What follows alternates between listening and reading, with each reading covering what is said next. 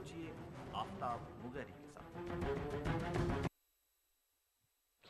बिस्मिल्लाहिर्रहमानिर्रहीम, अस्सलाम वालेकुम नाज़रीन, आप देख रहे हैं प्रोग्राम ज़रा सोचिए और मैं हूं आफ्ताब मुगैरी। आज का दिन अहमियत का दिन है और आज के दिन पे अगर बैठ के 4 साल पे नज़र डालें तो आज पाकिस्तान के वज़ीर आज़म जनाब यूसुफ रज़ा गिलानी को 4 साल कंप्लीट हो गए और उन्होंने हलफ उठाया था 24 मार्च 2008 को और 24 मार्च 2008 के हलफ उठाने के बाद उन्होंने दावा किया था मुल्क में बेरोजगारी खत्म करेंगे, रोटी कपड़ा मकान जो है, जो शहीद जमहूरियत मोहतरमा बेनज़ीर भुट्टो का विजन था उसको पूरा करेंगे। और वो जो ख्वाब उन्होंने देखा था मुल्क के अंदर तमाम उन लोगों के जो गयूर अवाम है पाकिस्तान में जो समझते हैं कि उनको रोटी कपड़ा और मकान चाहिए, उनको देंगे। ताहम पाकिस्तान में अब तक वो वादा, वो जो बातें थी हमारे वजीर आजम की पूरी होती हुई नजर नहीं आई। ताहम बलूचिस्तान जलता रहा और सिंध डूबता रहा और खैबर पख्तूनख्वा धमाकों से गूंजता रहा और पंजाब में डेंगी ने जो है तबाही मचा दी।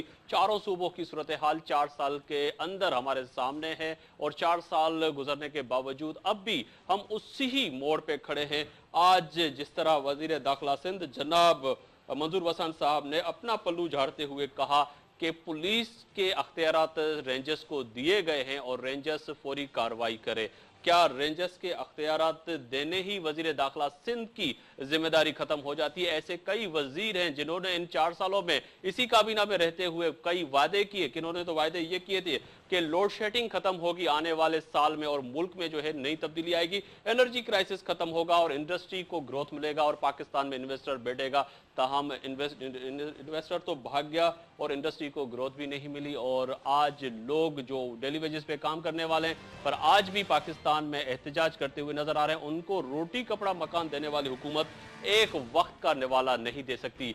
हम जब ये बात करते हैं तो पाकिस्तान पीपल्स पार्टी के कई रहनुमा और हुकूमत जमात में बैठे हुए कई रहनुमा हम पे जो है बरस पड़ते हैं, तमाम एंकर पे और तमाम साहब, क्योंकि आप मुल्क तोड़ने की साजिश में मुलविज हैं। इतने बड़े बड़े इल्जामात तमाम उन सहाफियों पे, एंकर पे लगाए जाते हैं, पर हम भी क्या करें, हम भी मजबूर हैं उन लोगों के हाथों जिन्होंने ये मैंडेट समझते हैं कि इन ऐवानों में बैठे हुए उन हुक्मरानों को दिया है कि वो उनकी तकदीर बदल लें।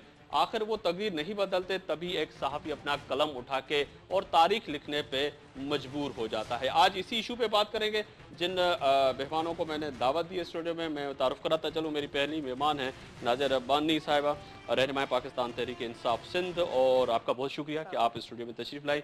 मेरी दूसरी मेहमान जो PMLN से ताल्लुक़ रखती हैं, सोरठ थे, वो रास्ते में ही है, आई थिंक कहीं पे फंसी होंगी, वो भी आ जाएंगी।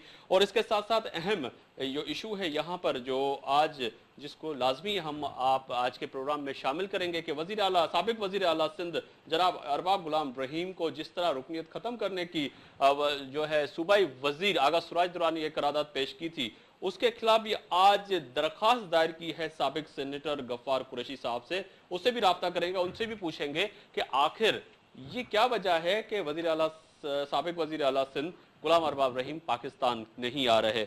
मैं आऊँगा आपकी तरफ नाज़िर कि आज वही बात है कि कल आपके कायद जनाब इमरान खान ने एक बात कही कि समझौता एक्सप्रेस में तमाम पार्टियां चिड़ी हुई हैं और एक दूसरे से उन्होंने समझौता किया हुआ है। आखिर क्या समझते हैं कि तहरीक इंसाफ से तमाम रहनुमाओं से मेरा यही सवाल होता है कि आपके पास कौन सी जादू की छड़ी है कि इन समझौता एक्सप्रेस में चढ़ने वाले लोगों को उतार के आप अलग ही इस मुल्क की पटड़ी पे ट्रेन चला सके?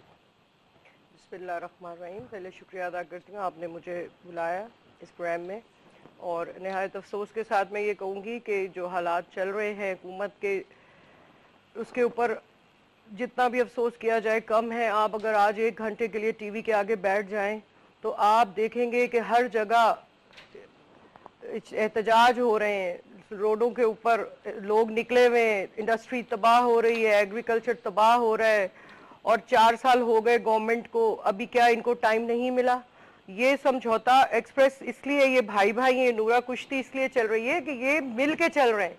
अगर ऑपोजिशन अपना रोल प्ले करती है, अगर मियाँ साहब इनको टफ टाइम दे सकते थे, इन्होंने नहीं दिया। ये शामिल है, ऊपर से लड़ते हैं, अंदर से इनको इनकी पॉलिसी एक है। थोड़ा इंटरप्ट करूंगा, हमारे साथ साबिक सेनेटर गफ्फार कुरैशी साहब भी है, उनसे बात करेंगे। उन्होंने आज दरखास्त दायर की है हाई कोर्ट जो है सिंध में कि उन्होंने चैलेंज किया है गफ्फार कुरैशी ने साहब ने कि साबिक वज़ीर आला सिंध जनाब अरबाब गुलाम रहीम के खिलाफ जो एक करारदाद पेश हुई है सिंध असेंबली से रुकनीत खत्म करने के लिए, उस हवाले से बात करेंगे। अस्सलाम वालेकुम गफार कुरैशी साहब।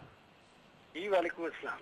कुरैशी साहब, ये फरमाइएगा कि बिलाखिर अब मौजूदा हुक्मरानों को ये क्यों याद आई कि आज उनको इस करारदाद पेश करने पे मजबूर हो गए कि गुलाम अरबाब रहीम जो साबिक वजीर आला सिंध थे वो बैरून मुल्क हैं और असेंबली से गैर हाजिर हैं। इतने साल पहले क्यों नहीं आई? क्या ये सेनेट के इलेक्शन की वजह से थी कि आपने सेनेट के सामने, अपने इलेक्शन के सामने लोग खड़े कर दिए थे? मेरा ख्याल है कि आपने अपने सवाल का जवाब जो है ना वो खुद ही दे दिया है। और मैं तो समझ सकता हूँ साहब, पर आम शख्स जो नहीं समझ सकता, क्योंकि आप मुफाहमत की सियासत आपसे क्यों नहीं हो सकी, ये भी एक सवाल है। मैं इसलिए मैं अर्ज कर रहा हूँ कि जनाब वाला ये जो है ना मुफाहमत की सियासत नहीं, बल्कि ये लोग मुनाफिकत की सियासत के ऊपर जो है वो यकीन रखते हैं। एक्चुअल में सूरत हाल ये है कि आप ये देख लें कि एक बलूचिस्तान की असेंबली है, वहां पर भी जो है वो अपने मेंबर एक अपोजिशन के जो लीडर हैं वो आज तक 4 साल हुए वो भी नहीं आए, लेकिन उनकी हमेशा छुट्टी की दरख्वास्त मंजूर होती रही। यहाँ पर भी जो है वो यही सूरत हाल थी कि जब तक सेनेट का इलेक्शन करीब नहीं था ये उसको मंजूर करते रहे, लेकिन जब सेनेट का इलेक्शन करीब आने लगा तो इन्होंने सोचा कि शायद हम इस ओछे हथकंडे को इस्तेमाल कर अरबाब गुलाम रहीम के उम्मीदवारों को अपने उम्मीदवारों के हक में दस्तबरदार करा लेंगे। तो ये मेरा ख्याल इनकी गलतफहमी साबित हुई और अल्हम्दुलिल्लाह आपने देखा कि हमने पूरे एतमाद के साथ जो है वो उस इलेक्शन को यकीनी बनाया और सूबे के अंदर भी दूसरे सूबों की तरह सेनेट के इंतखाबात हुए। तो मैं समझता हूँ कि ये जो इनका जो विक्टिमाइजेशन का जो ये अमल है ये साबित करता है कि ये सिर्फ और सिर्फ जो है वो सियासत कर रहे हैं जिसने हमारे इस सियासत के अंदर एक मुनाफिकत की सियासत को जन्म दिया है।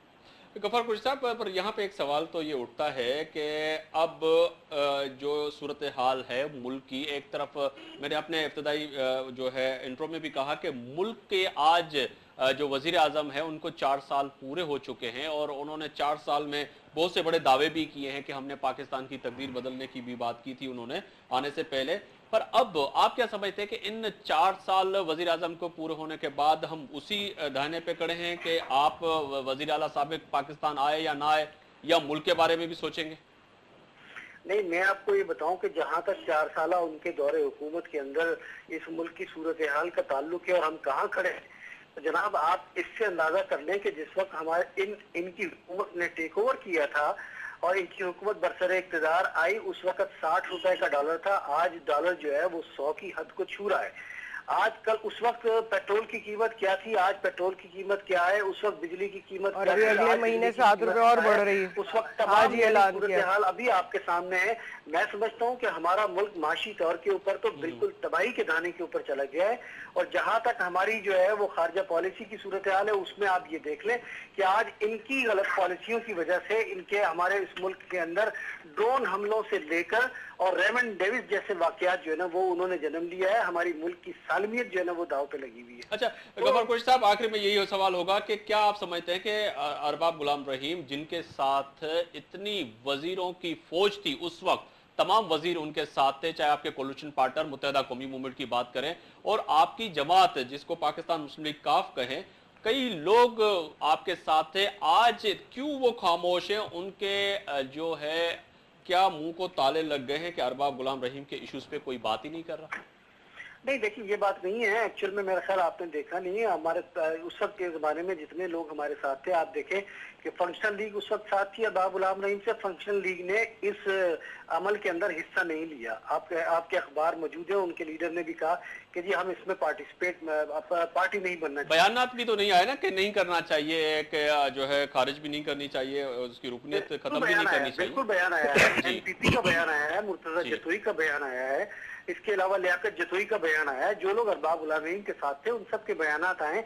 आज आप देख लें जनाब, मैं तो इस हद तक जाने को तैयार हूँ कि आज चौधरी निसार अली साहब का बयान है जो अभी अभी उन्होंने मेरे ख्याल कोई अपनी अपोजिशन जमातों की मीटिंग करने के बाद दिया कि खुर्शीद शाह ने उनसे वादा किया था 20वीं तरमीम के वक्त में कि हम अरबाब गुलाम रहीम को अपोजिशन लीडर की हैसियत से उनका नोटिफिकेशन जारी कर रहे हैं। लेकिन अफसोस है कि आज तक उन्होंने वो जारी नहीं किया और हम इस मामले को यही नहीं छोड़ेंगे बल्कि इसको दोबारा ऐवान के अंदर लेकर आएंगे। जी बहुत शुक्रिया गफ्फार कुरैशी साहब, बहुत शुक्रिया कि हमारे साथ आप टेलीफोन लाइन पे थे। मसरूफियात की वजह से आपने हमें टाइम दिया, पर आपने कहा कि इसको हम आगे भी ले जाएंगे, नेशनल असेंबली भी तक ले जाएंगे। पर यही बात है, हम ये समझते हैं कि आसिफ ज़रदारी साहब ने तो इस वक्त ऐसा रवैया है उनका कि कुछ भी कर लीजिए, हर धर्मी का एक आलम है कि आप कुछ भी कर लें, हर काम वो अपनी मर्जी से करेंगे। कोई पार्टी कुछ करती रहे, ऑपोजिशन के साथ मिली हुई है। एक वाहिद पाकिस्तान तहरीके इंसाफ है जो सारों को एजुकेट कर रही है,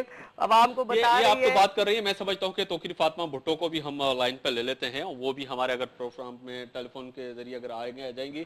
प्रोड्यूसर साहब, अगर तौकीर फातिमा भुट्टो भी हमारे साथ आ जाएं तो आगे बात अच्छी लगेगी कि अगर गैरहाजिरी में बैठ के पाकिस्तान पीपल्स पार्टी को तनकीद करें तो ये एकतरफा बात हो जाएगी। जी नाज़िया, आप कुछ कह रही हैं? मैं यही कह रही थी कि देखे ना, उनकी हटदर्मी का ये आलम है कि आप कुछ भी कर लें। हम इस वक्त रूलिंग पार्टी हैं, हम महंगाई करें, अब पेट्रोल के ऊपर अप्रैल में 7 रुपए और बढ़ा रहे हैं। इस वक्त भी आप देखें 30 रुपए पर लीटर आवाम भर रही है और 1000 लीटर इनके मिनिस्टर्स को फ्री मिल रहा है। किस किस्म की हुकूमत है? आवाम का आलम देखें, सड़कों पे निकले हुए, इंडस्ट्री तबाह है, कोई नोटिस नहीं। और कल किस तरीके से बांटे गए अवार्ड्स, आप ये देखें कि अपनी पार्टी के लोगों को किस तरीके से इन्होंने, आप समझती हैं वो सही नहीं हुआ? बिल्कुल बिल्कुल। किस चीज का अवार्ड दे रहे हैं कि लोग मर रहे हैं। रहमान मलिक को अवार्ड भी मिला, सही नहीं मिला? बिल्कुल, उनको तो बिल्कुल भी सही नहीं मिला। मुल्क में उन्होंने क्या किया है? यहाँ लड़ाई होती है, कराची के अंदर टारगेट किलिंग होती है, एक डिमांड आती है। फरदाना राजा को भी सही नहीं मिला। मुझे तो सिवाय शर्मीन का और आमिर महमूद साहब के अलावा किसी की कोई ऐसी कारकर्दगी नजर नहीं आई कि मैं उस पर फख्र करूं। अच्छा। उस पार्टी के मामले में, क्योंकि देखें आप सियासी जमात हैं, आप उसका हिस्सा हैं, आपकी पॉलिसी से आपको भी नजर आ रहा है, वो भी इसी मुल्क में रहते हैं कि अवाम का क्या हाल है। अवाम रोडों पे निकली हुई है। आज लाहौर में देखिए क्या हुआ है, आप आज सिंध सक्खर में देखिए उस बच्ची के साथ क्या हुआ है। और वो जाके जब FIR कटाई उस रुखसाना बच्ची ने, तो उन्होंने इनकार कर दिया, हम FIR नहीं काट रहे, हम आपको प्रोटेक्शन दे सकते हैं, आप उनसे पैसे ले लें और आप जो है मामला रफा दफा कर लें। कौन सा लॉ है? क्या सिस्टम चल रहा है? कैसे गवर्नमेंट चल रही है? और हठधर्मी का ये आलम है कि बस जमी जुम्बद ना जुम्बद गुल मोहम्मद, हम बैठे हुए, हम जो मर्जी करें, अवाम सारी रोडों पे आ जाए, प्रोटेस्ट कर ले। रेलवे तबाह कर दी, PIA तबाह कर दी, वेल एंड गुड, अवार्ड बांटे जा रहे हैं। किस चीज के अवार्ड दिए जा रहे हैं? किस चीज के तमगे बांटे जा रहे हैं? कोई कारकर्दगी हमें तो नजर नहीं आ रही, अवाम को नजर नहीं आ रही। और हम एजुकेट कर रहे हैं अवाम को अपने हक के लिए खुद ही खड़ा होना, और आज अवाम खड़ी है। आप देखें, आपको मुल्क में सुकून नजर नहीं आएगा। आप 2 घंटे TV की नशरियात देख लीजिए, और थैंक्स टू मीडिया कि वो दिखा रहे हैं कि मुल्क के अंदर आपको वजीरिस्तान में देखें आज क्या हुआ। किसी चैनल लगा लें आप, कोई खुशी की खबर, कोई सुकून की खबर, और किस चीज के तमगे बांट रहे हैं आप अपने लोगों को, किस चीज के? मैं इससे बिल्कुल भी मुत्तफिक ठीक नहीं है, आपको नहीं है, पर आप वही बात है कि जिस तरह मैंने आपसे पहले भी कहा कि तहरीक इंसाफ के तमाम रहनुमाओं से जब हम बात करते हैं और हम भी देखते हैं कि रेलवे सही नहीं है, PIA सही नहीं है, और तमाम के तमाम इदारे जो है मुल्क में तबाह हो चुके हैं। वापडा का निज़ाम मुल्क के अंदर धर्म बरम है, और कराची इलेक्ट्रॉनिक सप्लाई जो है KEC जिसको कहें उसका वो तबाह है। आज भी जो है बहुत से रहनुमा ये कहते हैं कि जी बिजली आए ना आए बिल आ जाता है। आज TV पे दिखा रहे थे पापड़ वाले का बिल आया है 3-4 लाख रुपए के, 30 लाख रुपए उसका पापड़ की दुकान है उसके, और उसका बिल आया। आप किससे शिकायत करें जाके? उल्टी गंगा बह रही है इस मुल्क के अंदर। जी, एक छोटा सा ब्रेक है, ब्रेक के बाद नाज़रीन आएंगे तो यकीनन तौकीर फातिमा भुट्टो को भी हम कोशिश करेंगे कि लाइन पे लें और उनसे भी बैठ के बात करेंगे कि आखिर बिजली आए ना आए बिल आ जाता है, आखिर आवाम जाए तो जाए कहाँ। इस पे